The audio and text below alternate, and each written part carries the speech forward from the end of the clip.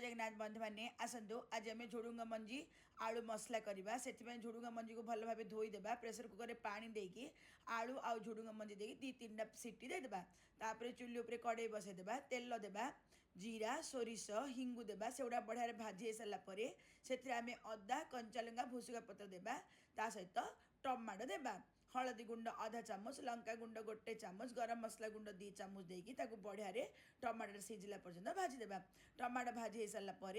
आम से आलू सीझा को चोपा बाहर करी ता सहित झुडुंग मंजी देवा स्वाद अनुसार लुण देकी पानी देदेवा पानी दे सारापर